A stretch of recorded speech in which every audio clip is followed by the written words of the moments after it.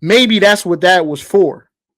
Not to sit here and talk about a bunch of other things and criticize and talk about things we would normally talk about in private, but we want to then talk about it in front of cameras in public when that really doesn't benefit nobody in this situation right now. And I'm not even going to bring up, the fact that the Democrat at the table is now going to start talking about and criticize the president for sitting around the table with business leaders to try to get them to invest into the country that you ultimately then benefit from with the growth and the GDP growth of the country long term. How's that make sense? Why? Because you just don't like the man? We got to get out of our feelings. We do.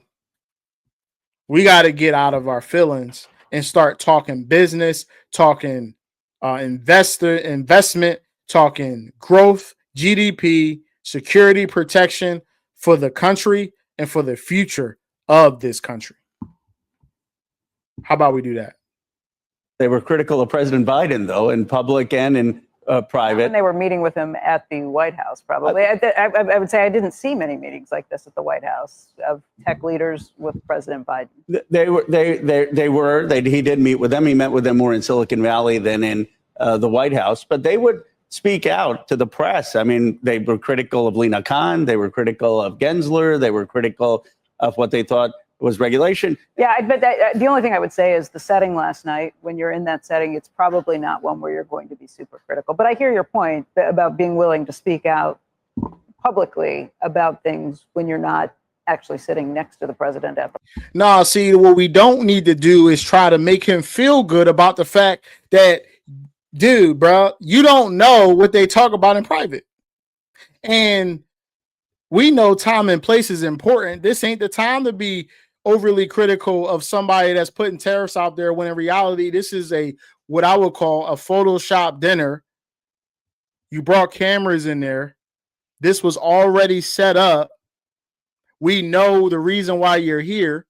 We all sitting around the table for you to tell me what you're going to do when it comes to investing into the United States of America and how we can grow and assist the technological dominance within the United States, instead of giving them all to our counterparts and our competitors around the world.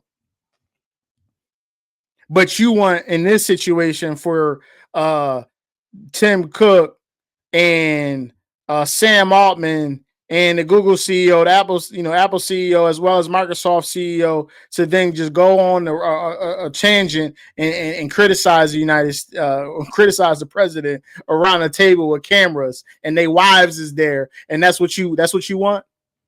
We gotta get it together. And I'm not trying to make this a Democratic, Republican, independent conversation. I'll just say the Democrats need to get it together. One of the reasons why y'all lost the presidency is because of stuff like this. We so emotional. We way too emotional. Two things can be true at the same time. You can say this isn't the time for you to criticize a man that's trying to do business and push business within the United States, by then also saying they need to make sure that he understands that tariffs and other policy changes and things like that might be a hindrance to business. Come on.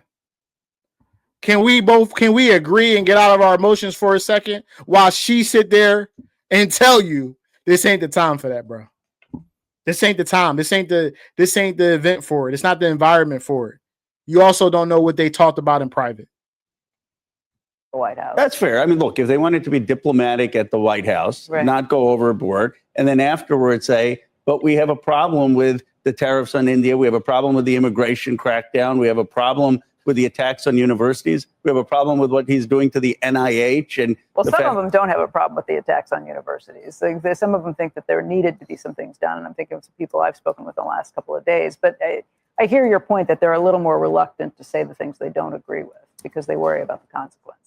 And I do think that the big companies, Apple, Google, Microsoft, they have a problem with some of the attacks on the universities. There are people like Mark Andreessen or folks on the libertarian right in Silicon Valley who agree with some of the president on the universities. But the CEOs there, they recruit from these universities, and they certainly don't agree with what he's doing with mRNA and what he's doing with USAID. I would just hope they'd find their voice. In the first term, they found their voice after Charlottesville. This time, they really have not criticized the president publicly. Why do you think that is?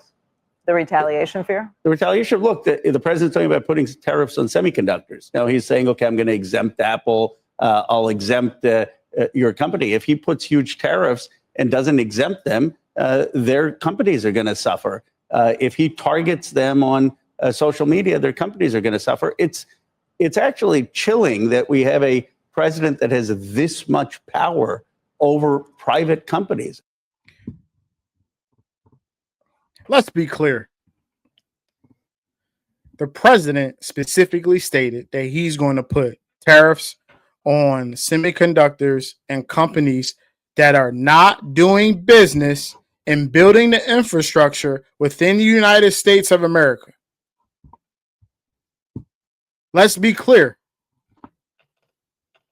So Apple investing billions of dollars into the United States, he's exempting Apple. Obviously, NVIDIA, right? The companies that are TSM, building fabs within the United States, in Arizona, right?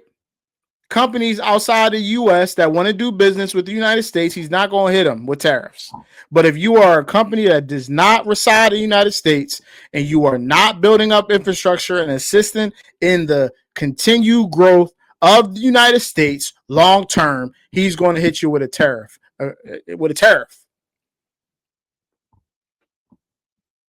That's the truth here, right? Agree with him or not, we can sit here and look at the situation and say, well, one thing he is looking to do is continue to build up the infrastructure, the technology dominance, and the continued growth of the United States of America. We can't dispute it. You can not like the man, you might disagree. You can't dispute that he's trying to push the country in a direction that is going to help the country long term.